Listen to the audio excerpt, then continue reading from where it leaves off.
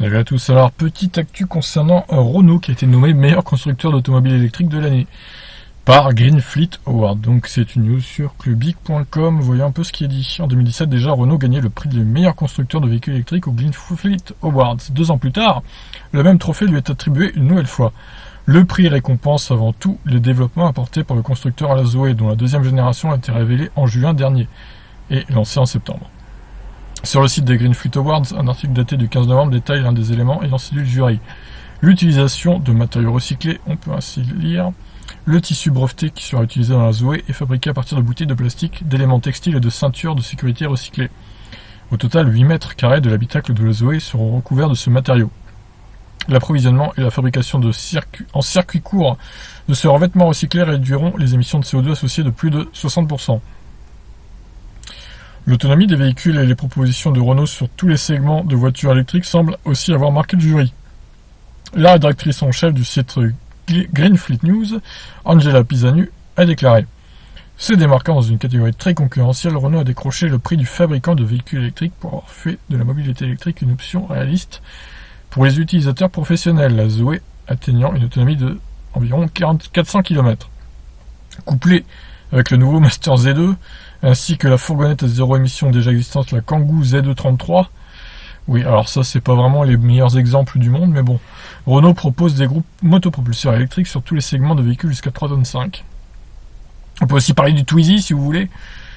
Le Master également à l'honneur. Oh, putain, le Master, quoi. Renault a également reçu des éloges dans les catégories des citadines et des utilitaires légers.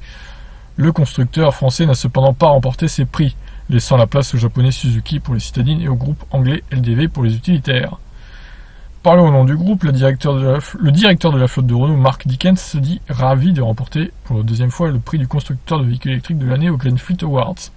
Selon lui, cela démontre une fois de plus que Renault est leader du marché dans ce secteur, déterminé à fournir des véhicules électriques attirants, particuliers et entreprises dans tout le Royaume-Uni.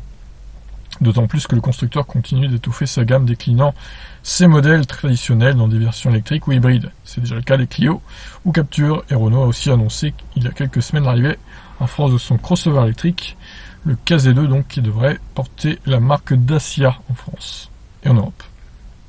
Alors, le jury, il a reçu combien d'argent de Renault là?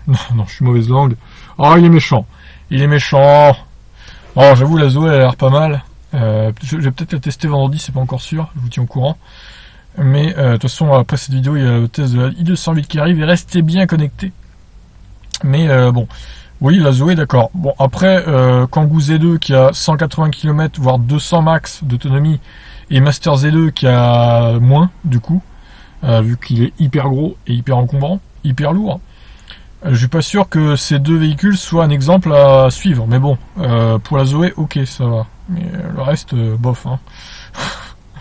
Bref, voilà, c'était pour une petite actu comme ça, pour vous dire que Renault a été récompensé par un prix. Bon.